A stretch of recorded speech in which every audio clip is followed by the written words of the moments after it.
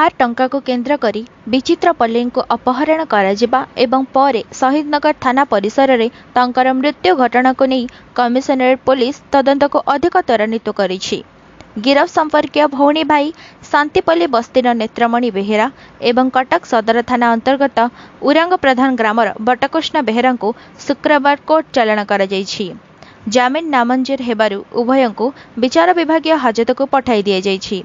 मृत विचित्रଙ୍କ स्त्री मोनाली अभियोग आधार में आईपीएसी दफा 341, 323, 365, 302 रे एक मामला रुजु करी पुलिस तदंत जारी रखिछि। अन्य पक्षरे कैपिटल हॉस्पिटल व्यवच्छेद पर विचित्रଙ୍କ मृतदेह को परिवार लोकंको हस्तांतर करा जायछि।